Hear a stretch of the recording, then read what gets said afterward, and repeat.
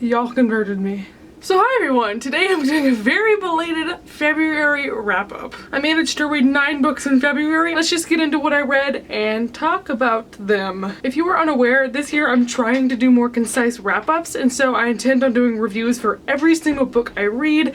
Therefore, whenever we get to these videos, it's a lot less long-winded and we can just get to the point of what I liked and what I did not like. The first book that I read was an audiobook, and that was The Lost Hero by Rick Riordan. I feel weird when I don't have things to hold up. I'm just standing here. This was the first book in the Heroes of Olympus series, which is the spin-off series of Percy Jackson. I know, we all know this, why am I telling you? This book follows 3 characters, Piper, Jason, and Leo, and they all discover they're demigods, and so they have to go on adventures, and Percy is missing. I really enjoyed this book compared to the original series. I thought it was more mature, I could relate to the characters way more. I like that it has 3 perspectives. His writing is still a little bit juvenile, but it was entertaining. I loved the audiobooks. I can't wait to get the series, and I gave that book 4 stars. And I'm gonna try and not say check out my review for more this entire video, but like we're getting it out of the way now, just so you know.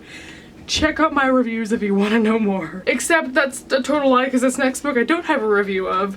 I read 50 Shades of Grey in February. I don't know how simply I'll be able to talk about this without going off onto a 10-minute tangent. My overall thoughts about this book?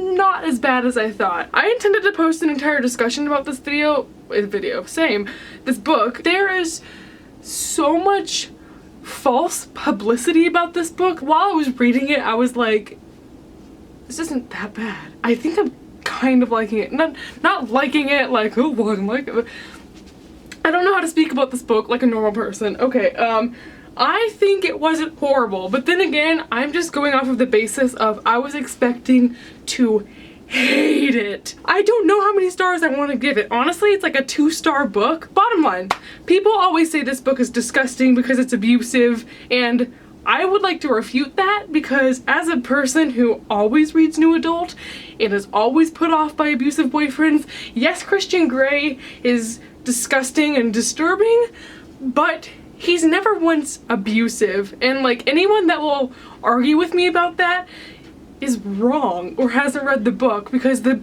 points they bring up are false. And I'm not saying I agree with some of the things he does in the book, but he's definitely not this guy that like tricks her into sex and like beats her without consent. Future Whitney here. I just wanted to add in a little clip that I realized I forgot to mention as I was filming this. So in no way am I saying that Christian's actions are okay.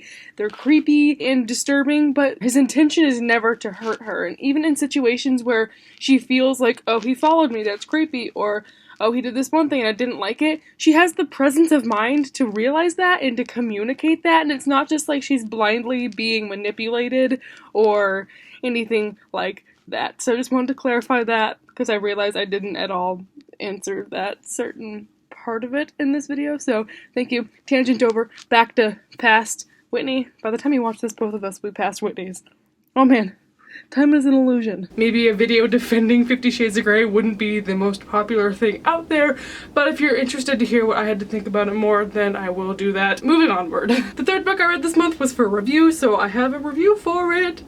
I told myself I wouldn't say that. Here we are. It's called The Distance From Me to You by Marina Gessner. This book follows a girl who, before she goes back to school, she decides that she wants to hike the Appalachian Mountain Trail with her best friend, who ends up dropping out at the last second, so she has to do this alone. And she meets a boy along the way, and it's about her adventure and finding herself in just this summer/fall of adventure going down this hiking trail. I honestly didn't think it was that bad. I was going into it excited for a good adventure story, and I really wanted to know about like that cute little traily romance, not an adjective, and it delivered exactly that. It was cute, it was fun, it was lovely, it was interesting because it had those wilderness aspects, and I'm like, wow, trees, what are those? I did think a couple of parts were frustrating as far as the characters making decisions, but it wasn't enough to hinder my reading experience too badly. I gave it 4 stars, and I would recommend it if you're looking for something cute, fun, fast, adventure-y. The next book I read was The Last Time We Say Goodbye by Cynthia Hand. This book follows a girl whose brother commits suicide, and so she has to deal with the aftermath of losing him. I've been saying for a while, I'm really not enjoying a lot of the mental illness books I've been reading lately. This is one of the first ones that I really did enjoy. I gave this book 4 stars. I think our main character Lex was really easy to relate to, and she had such real emotions that weren't too much of a certain thing. Like, she wasn't too sad, or she wasn't too depressed, or she wasn't too exasperated. The writing was really, really nice and it kept me engaged.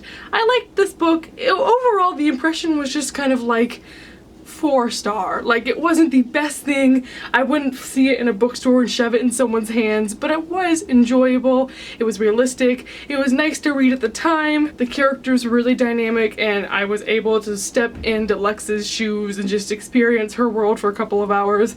But after that, I can step back and say, that was nice. Moving onward. I think you'd be able to relate to it more or find more enjoyment out of it if you've been through something like that, but I have never had anyone close to me pass away or commit suicide. I actually have this next book. I read Furthermore in February. I forgot about that. I read this. Now I have to talk about it again. It's too soon. So Furthermore comes out in August. It's Tahada's new book. You don't know, Tahada wrote my favorite series of all time, Shatter Me, which I obviously just keep these close at hand so I can show them at any time needed. This book is her new middle grade series. It follows Alice. She lives in a town called Farronwood, and that town has magic and fun stuff, and she is born without color, which means she was born without magic. Her father disappears and she has to go track him down with a boy named Oliver, and it's about their adventure through Furthermore, which is a very dark and cryptic land of strangeness. I gave this book 4 stars. I know. What? Okay. Beautiful. Perfect. Loved it. So great. Amazing. But it did have its flaws. I don't know how abbreviated I will be able to speak about this. My review is 20 minutes long and I have no idea when I'm gonna post that. But okay, overall thoughts.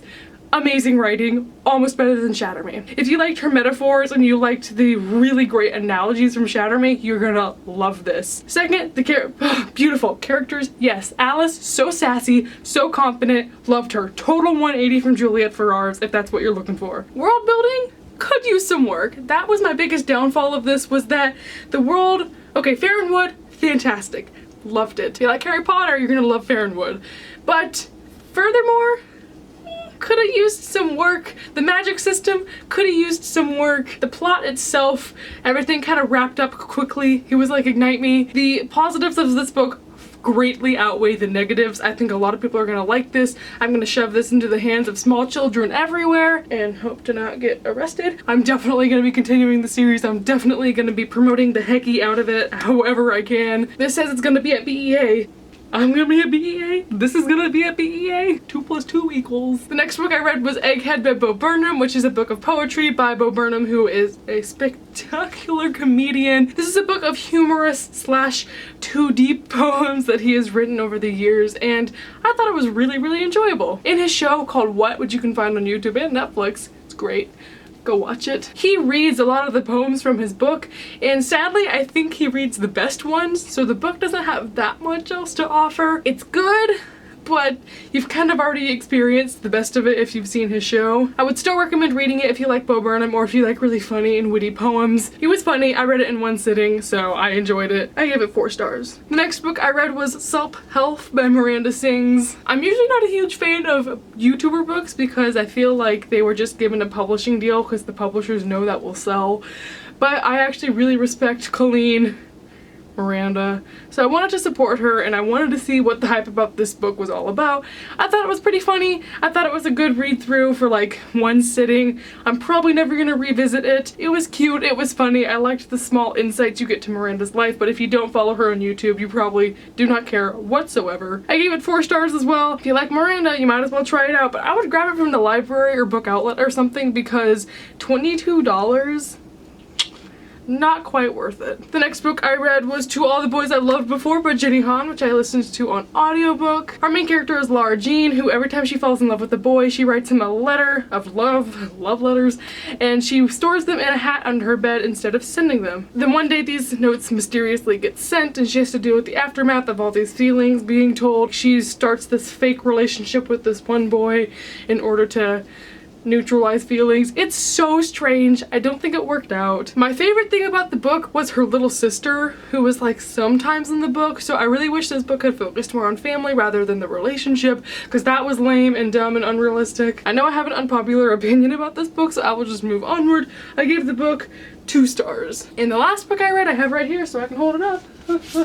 And that is Where'd You Go, Bernadette by Maria Simple. This book is about Bernadette, who is the mother of a girl named Bee. Her parents say she can have anything she wants if she gets good grades, and she does, so she decides she wants to go to a trip to Antarctica, when suddenly Bernadette disappears. We have to follow her emails and her letters and stuff like that to track her down, and this book follows that. I've just seen all these reviews, I was excited, and I was so let down. I listened to this on audiobook, so maybe that's where I got some confusion. It has such a strange humor that it reads almost like a satire, and I don't know if it's because I was listening to the audiobook and all the characters' voices sounded hysterical. The drama was over the top, and it was like, is that real though? I couldn't relate to it any. I didn't really understand it, therefore it was making me a little bit bored. Even though I listened to it on audio and that kind of skewed my appreciation for it, I still think that the audiobook narrator was extremely great at narrating things, so I don't know who that was,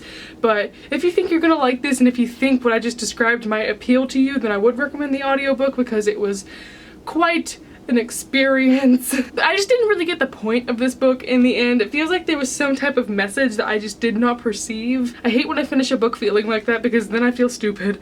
But I ended up just giving this book 2 stars and it did not strike my fancy. So that is everything that I read in the month of February. If you have read any of these things, you should let me know down below. Thank you all so much for watching. I hope I see you all in a future date. Goodbye!